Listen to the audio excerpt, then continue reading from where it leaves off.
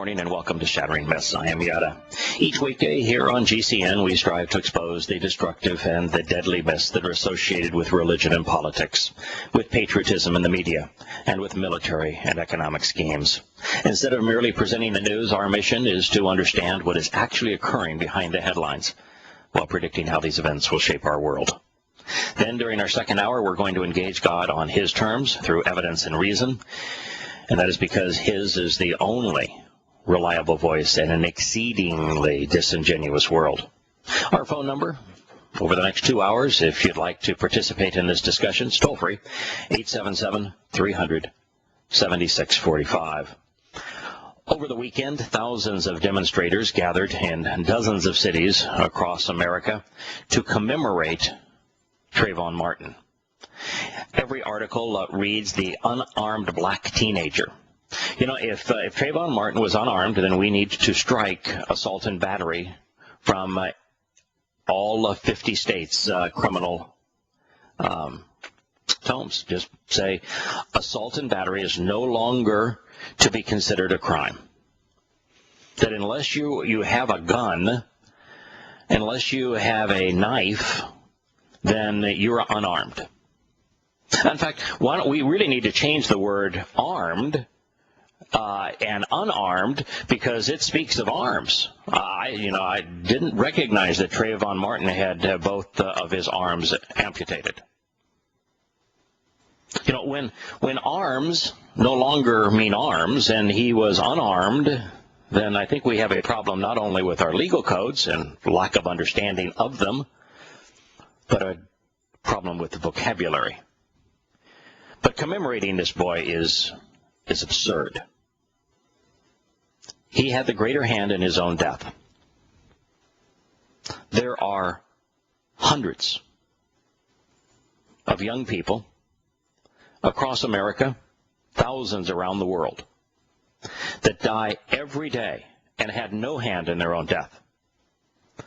Why aren't we celebrating the shortened lives of those who had their lives extinguished through no fault of their own? Yes, Scott? Because people aren't held accountable for their choices. He made a choice. He made the wrong choice. It led to his end. That is correct. He's not held accountable for his choices. No. Now, is the fact that he was a truant from school, the fact that he was caught with marijuana at school, the fact that he was defacing school property and became suspended from school a third time and at that time found in possession of stolen property, the fact that he was intoxicated with marijuana at the time of his death, and the fact that he was out to buy a drug concoction at the time, and the fact that he had texted and said, I want to pick a fight, and the fact that he, not George Zimmerman, was the racist, creepy cracker, as he described George Zimmerman. The fact that all of that speaks against him only says we ought not be canonizing this man as the African community is doing. We ought not be singing his praises as the President of the United States is doing. Does that mean that he deserved to die? No. He's dead because he picked a fight. So he's dead. He made choices. He made a choice. And the difficulty of all of this is that the African-American community is being riled up as if they received an injustice. They're being riled up as if the entire judicial system works against them as opposed to for them. It's as if the African-American community, from the President of the United States on down, is now saying that evidence and reason do not matter. I don't want to consider the facts. I don't want to be informed. I don't want to make a rational conclusion on them. What I prefer to do is to be enraged. It's easier to be enraged. It's easier to blame my situation on somebody else. And that's what they're doing. And it is to their detriment that they are doing it. This article says that this unarmed black teenager was shot to death in a confrontation with a Neighborhood Watch volunteer early last year, and they wanted to add their voices to the debate on race that has led to his death. But that's untrue. Race had absolutely nothing to do with his death. It wasn't even mentioned at the trial. It had so little to do with his death other than Trayvon Martin being a racist, that it wasn't even brought up at trial. The FBI tried to investigate George Zimmerman. They spent who knows how many hundreds of thousands of dollars searching into his past, and all they found was an appreciation and love for the African American community. That's all they found in his history. Mr. Martin's father, Tracy Martin, addressing dozens of people outside the federal courthouse in Miami, said, quote, "I vowed to Trayvon Martin when he was lying in his casket that I would use every ounce of energy in my body to seek justice for him." So, Mr. Martin, where were you that night? When your son wanted to go buy a concoction that would intoxicate him further, when he was imbibing marijuana that night, where were you then? When it was raining outside and he wanted to go to the store, why didn't you drive him? When he was kicked out of school the first time for truancy, why weren't you there for him then? When he was kicked out of school the second time for drug possession, why weren't you there for him then? When he was kicked out of school the third time for defacing school property and being caught with stolen property, why weren't you there for him then? Why are you an absentee father? Why did you divorce his mother and leave the boy to be raised by his mother? Where were you? Why are you blaming someone else? Look in the mirror, Mr. Martin. He went on to say, "I will continue to fight for Trayvon until the day I die." You know, if you had fought for him while he was alive, he wouldn't be dead. There is nothing more important than the contribution we make to our children. Just as there's nothing more important to Yahowah than his covenant family and his dedication and devotion to us, to protecting us, to teaching us, to guiding us, to lifting us up, to telling us the kinds of things that will make our lives richer and more joyous, while warning us about the kinds of behaviors that will make our lives counterproductive. That's what Yahowah does for us. That's the example he set. That is the essence of his covenant. And you neglected those things, Mr. Martin. You should have fought for him then. And he went on to say, "And I will self-righteously be fighting for your child as well." We want to solve the problem of too many deaths in the African American community. We need to teach the African American parents, need to teach their children not to kill, not to commit crimes, not to use drugs, and to value their education, to seek jobs, and to do a marvelous job at their job, to stay married, to invest in their children. We need the African American community to be accountable. That's how you fight for every child. Teach them the Torah. Teach them not to be dependent upon government.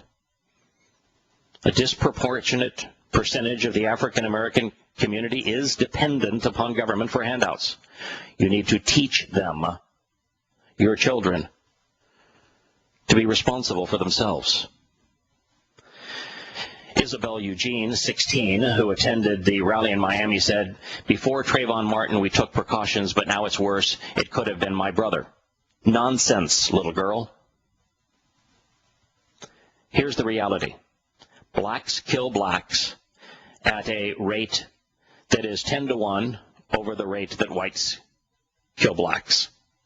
If you want to protect your brother, then you need to influence other African Americans, not Hispanics, not Caucasians. That is not where the problem lies.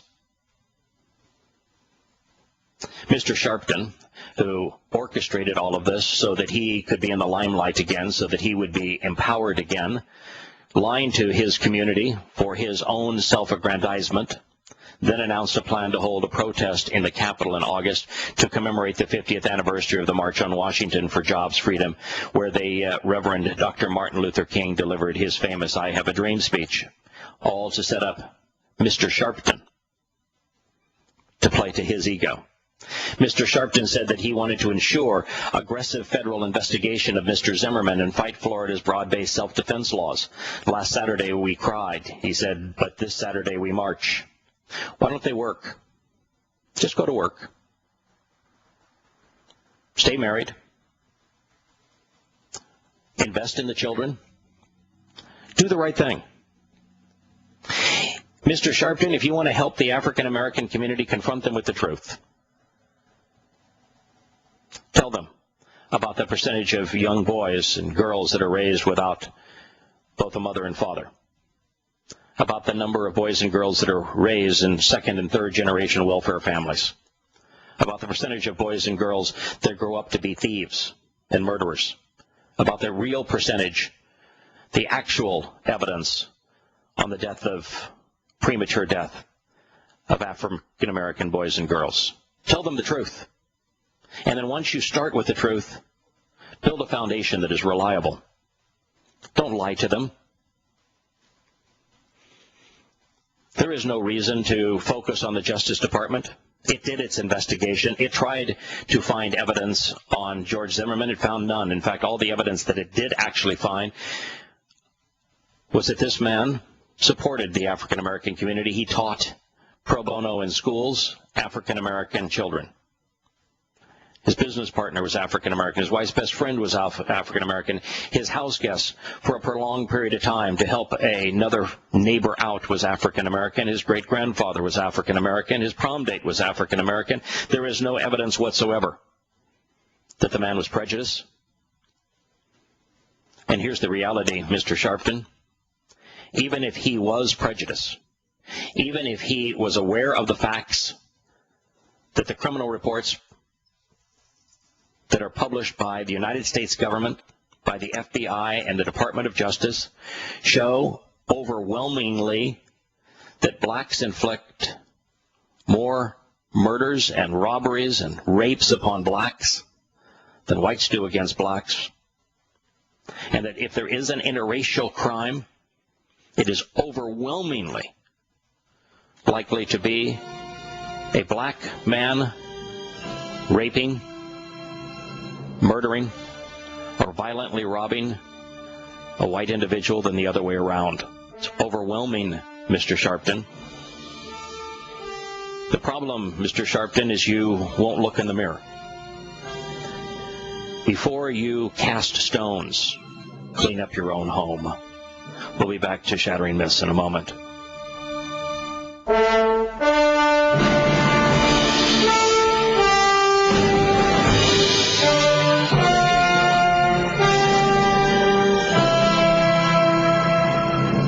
Shattering Myths. I'm your host, Yahowah. This statement from Al Sharpton is amazing. We're going to focus on the Justice Department because Trayvon Martin had his civil right to go home that day. It is unbelievably stupid, and he knows that he's lying. He knows that it's going to be interpreted his audience in a certain way that will enrage them. Yeah, he had his rights denied. A civil right violation must mean that the person who killed him stalked him down because for no other reason than he was black and that he hated blacks, and that he, without any provocation from Trayvon Martin, just killed him in cold blood. Now, we know for absolute certain that did not happen.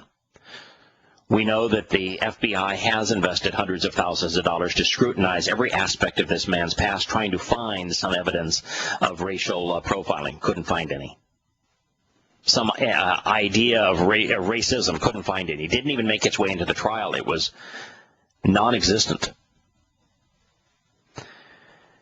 And the fact is, that was not his home that he was going to. His home was in another city with his mom. He was there because he was once again suspended from school. It was his father's home, and his father was estranged from his mother. He wasn't going to his home. He did not live there. And his civil right to go to his home was not infringed.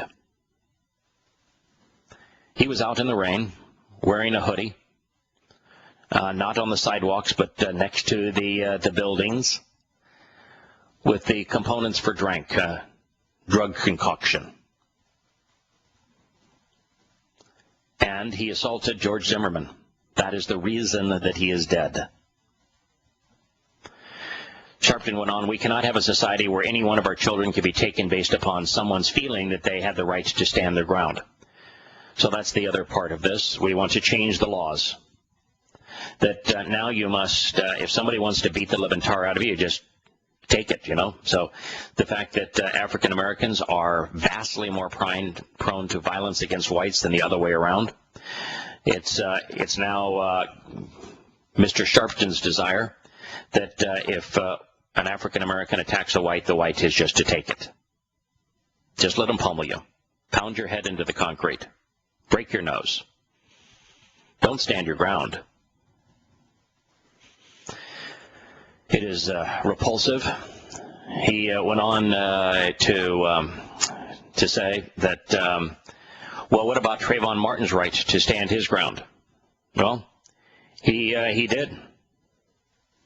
In fact, he's dead because he did. It's a consequence.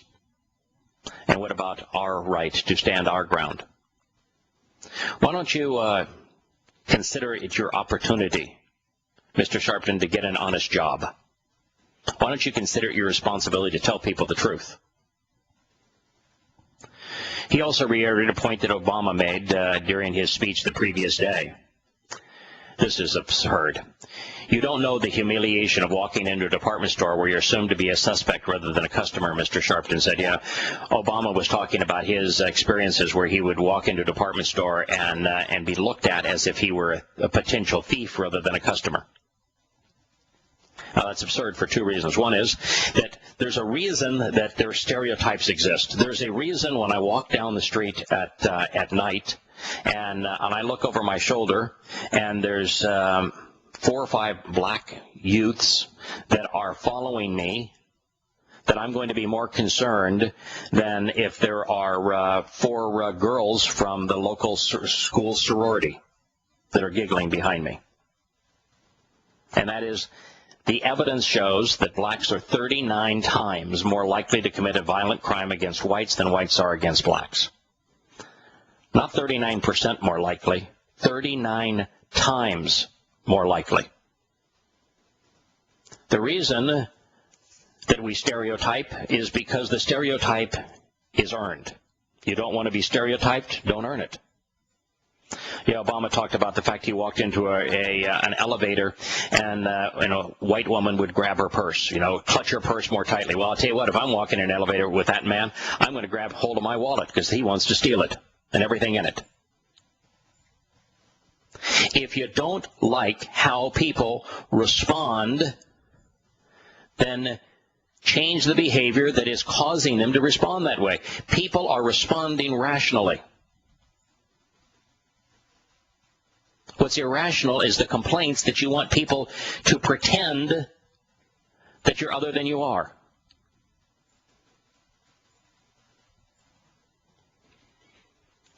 If you're humiliated for walking into a department store and the security guards look at you as being more likely to be a suspect than a customer, then go to work, dress appropriately, present yourself appropriately, go into that department store as a customer, and stop going into the department store as a thief. And the stereotype will change. I am Yada. This is Shattering Myths. We'll be back in a moment. Come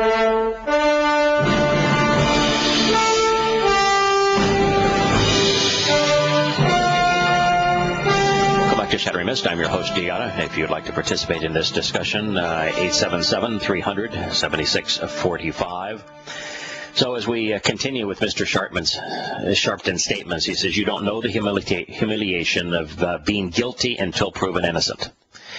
There is no place that in this country that calls a person guilty until they're proven innocent. What is interesting, of course, is the opposite of what Mr. Sharpton did, however, was applied to Mr. Zimmerman. He became the most hated man in America. Even the news media purposely corrupted the evidence to make it appear as if George Zimmerman was a racist.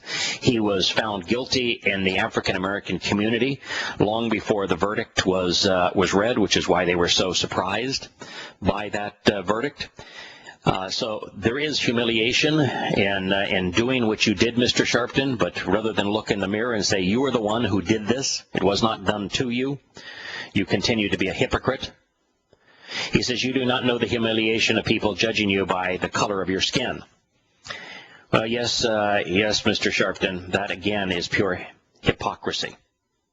You see, you are saying that people should not be judged by the color of their skin, and yet you are appealing to your community strictly based upon the color of their skin. It is the color of your community's skin that is your power base. You wish to isolate your community. You are appealing to your community, and yet you're saying that we ought not appeal to anyone based on the color of their skin. That is pure hypocrisy. You can't have it both ways. If we are not to judge people based upon common traits amongst races, then it would behoove people in certain communities to stop manifesting certain behaviors. Now, while I always make a genuine effort to disassociate Islam from Arab, the fact of the matter is that most Arabs are Muslims, and Islam is the most deadly and ruthless disease ever to infect humankind. Nothing is as destructive as is Islam. The fact that the overwhelming preponderance of Arabs are Muslims causes the overwhelming preponderance of Arabs to be responsible for terrorism. Not because they're Arab, but because they're Muslim. The African American community in the United States, as a percentage, is hugely more criminal than is any other community. They're hugely more dependent upon government than is any other community. So if we're going to have the discussion, Mr. Sharpton, where you isolate your community, then we need to observe the facts related to your community. Of the 2,720 blacks who were alone murdered by a lone white killer, that was 91%, it was 9% of the time that a single black male was killed by a single white male. That was 9% of the time. The fact that there are relatively few blacks compared to whites, and you have to count that on both sides. You have to multiply that by 10 to get the number in terms of comparison of black to white killings. But just without looking at the percentage of the population that is African American versus white, Caucasian, the numbers are, Mr. Sharpton, that 9% of the time that a black is individually killed by an individual assailant who is white, that's 9% of the time. 91% of the time, when a black individual is killed, the assailant is black. Why are you trying to make a case out of Zimmerman when there is no case there? Why aren't you instead focusing on the mountain and not the molehill? Why must you convolute the facts relative to George Zimmerman to make your case? If you have to lie to make your case, you don't have a case to make. On average, whites are murdered by blacks at a rate of 18 times that of whites murdering blacks.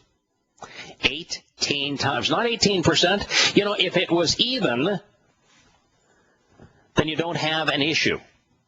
If it's an even, then all we're talking about is we should find a way to diminish the murder rate and leave race out of it entirely if it's even. If there's an 8% differential, and that 18% differential is in favor of one side or the other, you might consider race and the culture that is affecting race as being a component of the problem. But we're dealing with 18 times, and it's 18 times in inverse of what the Al Sharptons and the Obamas are telling the African American community. 18 times, according to the U.S. government. On average, whites are murdered by blacks at a rate of 18 times that of whites on blacks. It even gets worse if we're dealing with violent crimes, and we consider all violent crimes: armed robbery, assault and battery, murder, rape. In this case, blacks are 39 times more likely to commit a violent crime against whites than whites are against blacks. 18 and 39. Those are the numbers. That's the truth. Now, it would be wise for someone who is concerned about violence against blacks to look into the culture, the communities, the conditions that motivate blacks to kill blacks and that motivate blacks to kill whites. What is it? Why are they doing it? Is it that the African American community, particularly with the mothers, is absurdly religious, and that the preachers are prone to promote racial propaganda? Is it?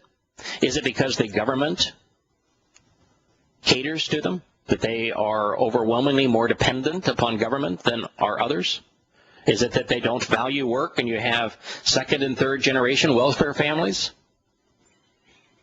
Is it that the family isn't prioritized and you're more likely to have a child born out of wedlock? Is it more likely in the African American community, and it is, for a young boy or girl to grow up without both a mother and father? What is it in the community that is causing these disturbing trends when you're dealing with 18 times on murder and 39 times on violent crimes? The problem is so huge that there is no way to avoid the stereotype. It can't be. You would have to ask people to be wholly ignorant and wholly irrational to not be prejudiced with numbers of 18 times and 39 times. So that's what you want, Mr. Sharpton? Do you want everyone to be ignorant? Do you want everyone to be irrational? Do you think that your speeches will resonate better if everyone you talk to is irrational? If everyone you talk to is ignorant? Do you suddenly sound smart if people are stupid? It is absolutely pathetic what we have become as a country. From the President of the United States down, with his pathetic speech over the weekend on all of this, where he too was unwilling to address the facts, where he too was unwilling to be accountable, and even in his case, pretending to be, this inner city youth that was raised in an African American slum. That, boy, he too had all of this brought against him. His father hightailed it out of town. He was raised by a white Catholic mother and by the white Catholic mother's parents. He was raised with privilege, went to the best schools. He was admitted into the best schools largely because he could claim that his father was black. What a hypocrite. Moving on to another story. Reuters is reporting that hundreds of convicts, including members of al-Qaeda — there is no member of al-Qaeda in Iraq, this is Dateline Iraq — broke out of Iraqi's Abu Ghraib jail as comrades launched a military-style assault to free them. A military-style assault. So what we have is Sunni Muslims freeing Sunni Muslims. The Sunni Muslims are terrorists. They're militants. They're freeing terrorists and militants, and yet the reporter of this article isn't able to see that what this is fundamentalist Sunni Muslims as militants, acting as militants in a military-style raid to free their comrades, which are fellow Islamic militants. The deadly raid on the high-security jail happened as Sunni Muslims were regaining momentum in their insurgency. Well, they have no insurgency. Sunni Muslims are fighting Shia Muslims. As Yahowah said, their hand will be raised against their brothers, and their brothers' hand will be raised against them. They're fighting one another in Iraq. They're fighting one another in Syria. They're fighting one another in Lebanon, the places where there are a divide between Sunni and Shias. Most places there is a very, very small percentage of Shiites because they've been oppressed by Sunnis. But in the places where there is a reasonable divide, they're killing one another, just as they are in Syria. Suicide bombers drove cars packed with explosives into the gates of the prisons. Imagine that. Having a imam tell a young boy or girl that your God wants you to drive a car packed with suicide, with explosives, into a jail to free people who have been convicted of murder.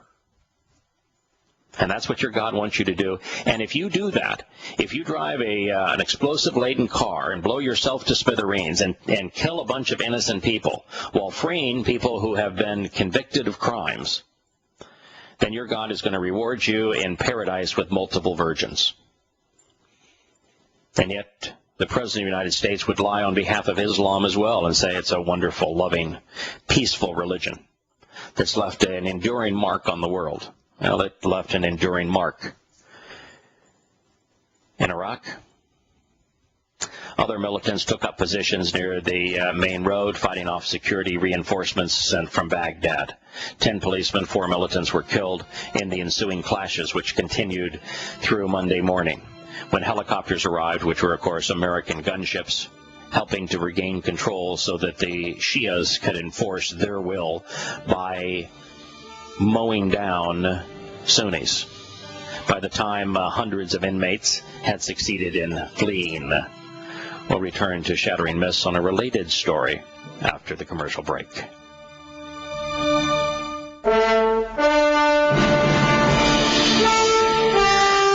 Welcome back to Shattering Myths. It is with a tremendously heavy heart that I report the next story.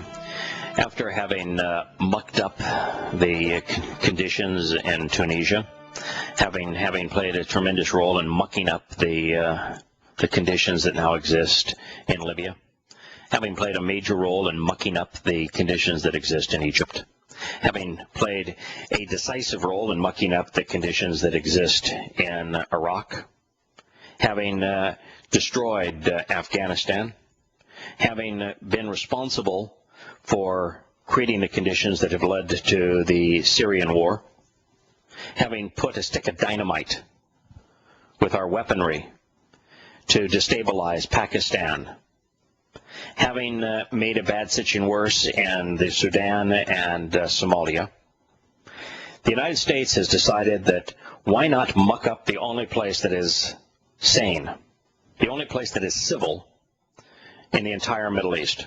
So that now that we have screwed up everything that can be screwed up, now that we have supplied hundreds of billions of dollars worth of our weapons to enraged jihadists, why don't we turn on Israel?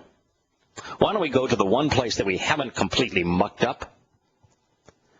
And while we're providing weapons for all of their enemies, let's go to them and force them to capitulate and give their homeland to these various militants that are destroying every country around them.